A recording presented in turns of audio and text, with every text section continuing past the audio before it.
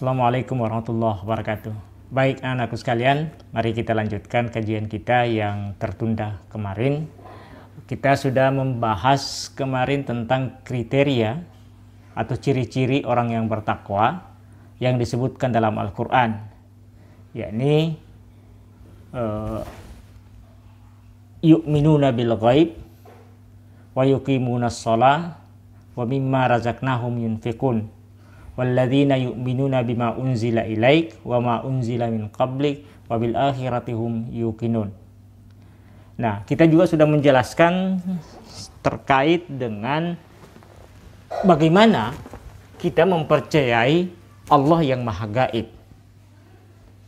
Nah, kita pada kesempatan ini akan membahas ciri kedua, yakni yuqimunas shalah.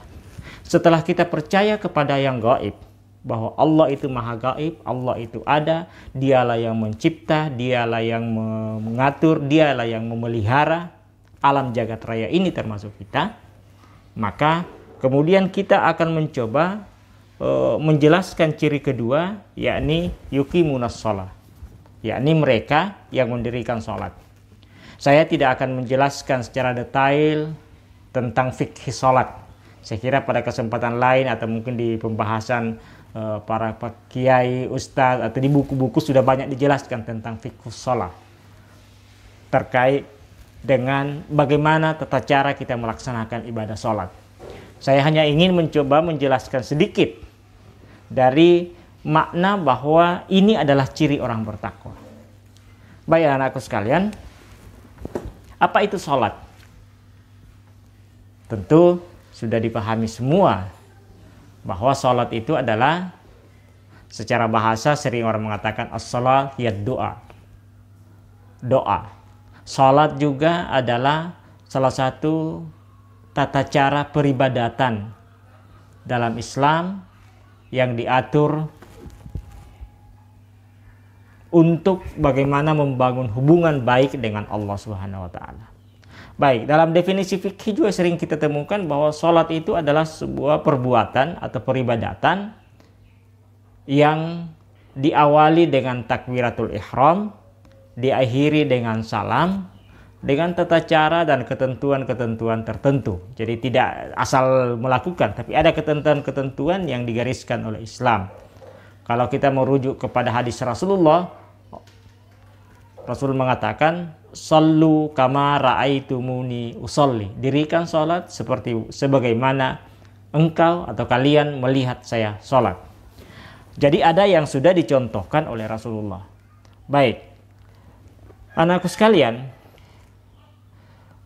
kita diperintahkan mendirikan salat oleh Allah Subhanahu wa taala. Aqimis shalah. Nah, dalam mendirikan sholat ini, tadi dalam salah satu definisi kita sebutkan bahwa sholat itu diawali dengan takbiratul ihram dan diakhiri dengan salam. Ada takbiratul ihram, ada salam. Nah, apa sih yang dimaksud dengan takbiratul ihram? Takbiratul ihram, saya kira kan anak-anakku tahu kan, kita menghadap ke kiblat, mengangkat tangan, Allahu Akbar. Tapi makna apa yang kita bisa ambil dari pelaksanaan takbiratul ihram? Pesan apa yang kira-kira bisa kita petik dari sekian banyak pesan yang ada di dalamnya? Ya, kita membesarkan Tuhan, kita mengakui Tuhan Maha Besar, kita ini tidak ada artinya di hadapan Tuhan. Tuhanlah yang Maha Besar, Tuhan Maha Kuasa, Tuhan yang Maha Mengetahui, Tuhan yang Maha faham terhadap berbagai macam masalah dibanding dengan kita yang sangat lemah ini. Tidak ada artinya. Nah, dengan mengangkat takbir berarti ada proklamasi diri kita untuk mengakui bahwa Tuhan itu adalah Maha segala-galanya. Allahu Akbar. Sedangkan kita tidak ada artinya di hadapan Tuhan. Tidak ada yang bisa kita sombongkan. Tidak ada yang bisa kita membuat kita harus berbangga. Oh, saya pintar. Tidak ada arti kepintaran kita. Saya gagah, saya kuat, saya cantik. saya kaya, saya punya kedudukan, pangkat dan sebagainya, tidak ada artinya di hadapan Tuhan. Sehingga ketika kita menghadap kepada Tuhan, kita adalah hamba yang kecil, yang tidak punya arti karena hanya Tuhan yang maha besar. Iya, itu salah satu pemaknaan. Juga bisa dimaknai bahwa ketika kita sudah mengangkat takbir al-ihram, takbiratul ihram, ya mungkin tidak terlalu tepat, tapi saya sering memaknainya gini, bahwa takbir di mana kita menyatakan bahwa kita akan putuskan hubungan lain selain hubungan dengan Tuhan. Ya. Takbir yang mengawali bahwa kita waktu itu sedang membangun dialog dengan Tuhan. Sehingga dalam rangkaian sholat kita, ya sholat itu berapa rukunnya? 13 ya. Dalam rangkaian rukun sholat yang kita laksanakan, maka semua harus dibangun dalam perspektif bagaimana membangun hubungan baik dengan Tuhan. Kita putuskan hubungan lain selain hubungan dengan Tuhan. Sehingga dalam rangkaian sholat kita sejak kita takbiratul ihram, kita pusatkan konsentrasi untuk beribadah kepada Tuhan, membangun hubungan dengan Tuhan. Kita lakukan hubungan dengan Tuhan. Ya. Kita membangun hubungan yang sifatnya vertikal dengan Tuhan, berdialog dengan Tuhan, berkomunikasi dengan Tuhan. Ya. Takbiratul ihram, membaca doa iftitah, kemudian membaca surah Al-Fatihah, dilanjutkan dengan surah-surah lain, kemudian kita ruku, kemudian i'tidal, kemudian sujud, duduk di antara dua sujud, sujud lagi, berdiri lagi, baca lagi, sampai kemudian kita melaksanakan tahiyat dan akhirnya salam. Semua itu harus dibangun dalam perspektif hubungan dengan Tuhan. Hablum minallah. Ya. Kita membangun hubungan dengan Tuhan. Hablum minallah. Sehingga para ulama mengatakan ketika kita sudah sholat, maka tidak boleh adalah hubungan lain lagi yang kita mesti bangun. HP yang berbunyi jangan dipeduli. Ada panggilan masuk, abaikan, karena kita sementara membangun hubungan baik dengan Tuhan, membangun komunikasi dengan Tuhan. Oleh karena itu dalam sholat itu kita dituntut khusyuk, merasa ya semata-mata menyerahkan pengabdian kita kepada Tuhan dalam keadaan kita merasa bahwa Tuhanlah yang maha agung, maha besar, dan segala rangkaian ibadah kita semua mengingat Tuhan. Pak, bagaimana kalau dalam sholat saya ada selain mengingat Tuhan sementara baca Fatihah ingat yang lain? Ya, kita orang awam memang kadang tidak bisa menghindari itu. Tetapi minimal menurut para ulama 4 tempat bagi kita orang awam. Tentu kita berharap bisa lebih meningkat, bukan jadi orang awam tapi orang khas. Sehingga semua salat kita full mengingat Tuhan. Ketika kita, para ulama mengatakan minimal 4 tempat. Ketika kita takbiratul ihram, ketika kita membaca surah Al-Fatihah ayat Iyyaka na'budu wa iyyaka nasta'in. Kepadamulah saya menyembah dan kepadamulah saya minta pertolongan. Kepada siapa? Iyyaka. Ya, di situ iyyaka. Kepada siapa? Kepada kamu. Kepada siapa? Yakni kepada siapa yang kita ajak komunikasi. Karena ini adalah sifatnya batiniah kita, maka kepada siapa yang kita ingat waktu itu. Jika kita membaca Iyyaka na'budu tapi yang kita ingat adalah jemuran di luar atau sandal kita di luar masjid, takut jangan sampai sandal kita diambil orang, ya kepada yang kita ingat itulah kita akan sembah dan kepada yang kita ingat itulah kita mohon pertolongan. Sehingga diharapkan ketika membaca ayat ini ingatan kita adalah Iyyaka na'budu wa iyyaka nasta'in. Kepadamulah ya Allah kami menyembah dan kepadamulah kami memohon pertolongan. Kemudian ada ulama mengatakan ketika membaca asyhadu an la ilaha illallah di tahiyat.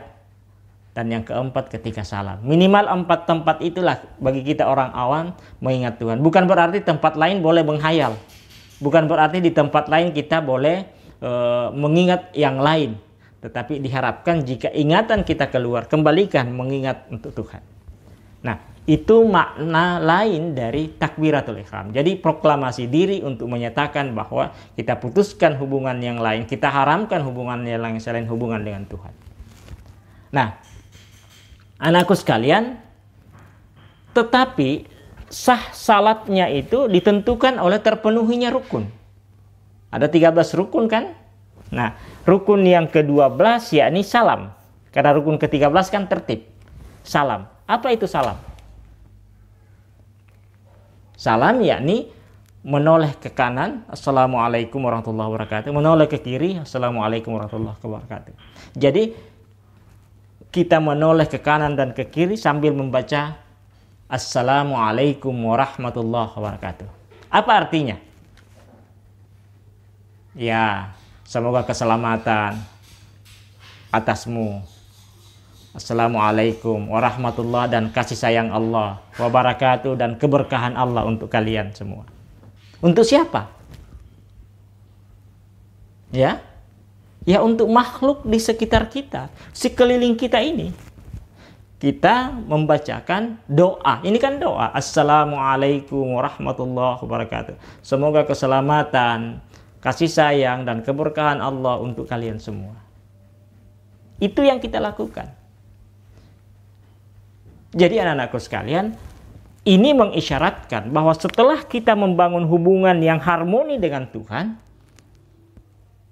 dalam sholat, karena kan aqimis sholat li zikri, dirikan sholat untuk mengingat saya, membangun hubungan harmoni dengan Tuhan.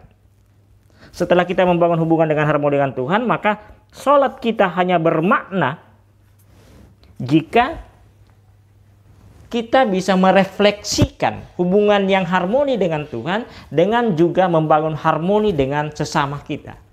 Sesama manusia, sesama makhluk, bahkan alam jagat raya ini.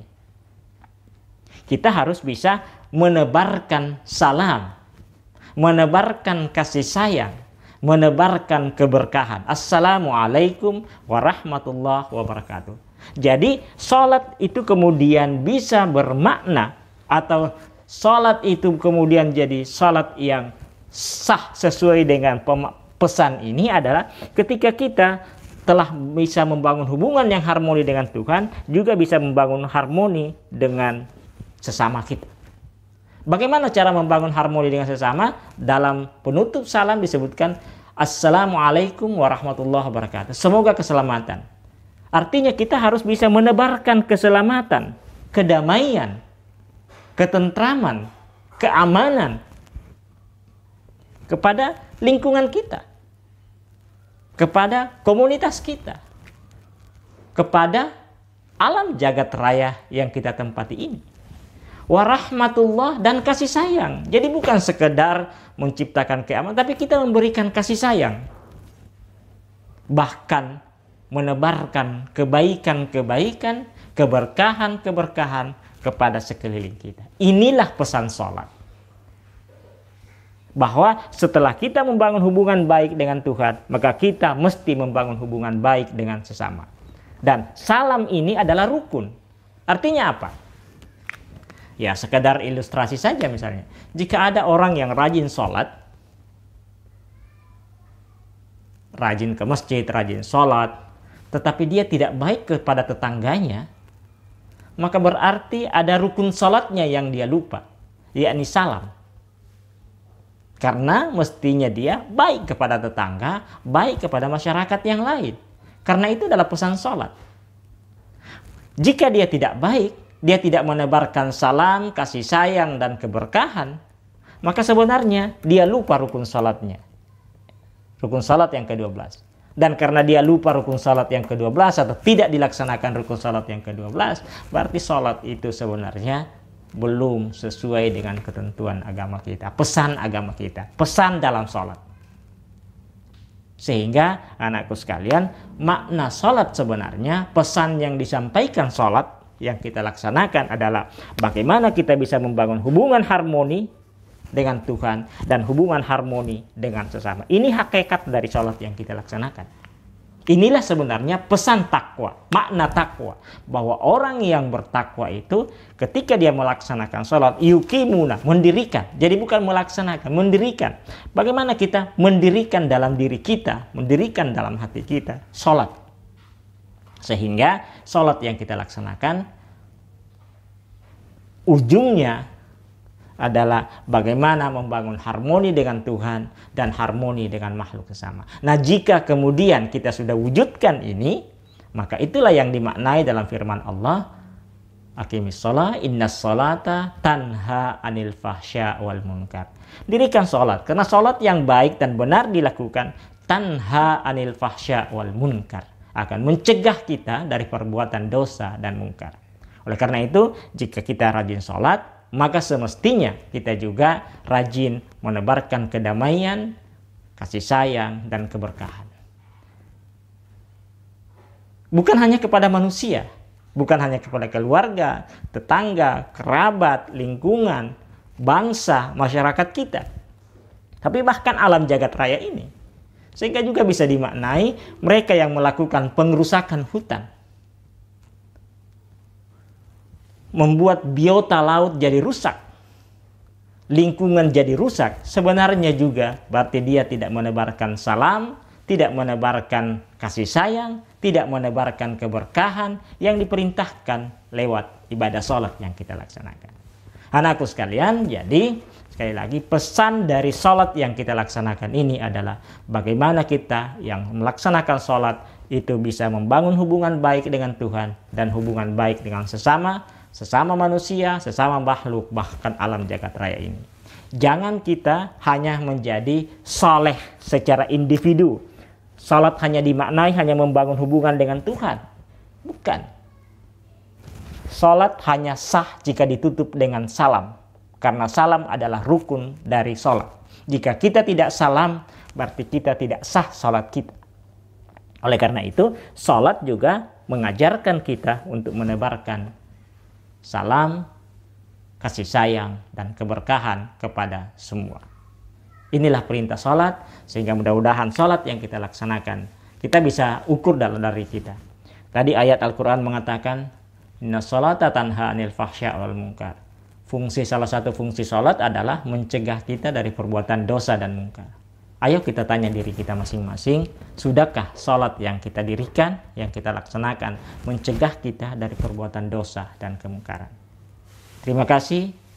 Kita akan lanjutkan pada pertemuan berikutnya. Mudah-mudahan ada manfaatnya. Assalamualaikum warahmatullahi wabarakatuh.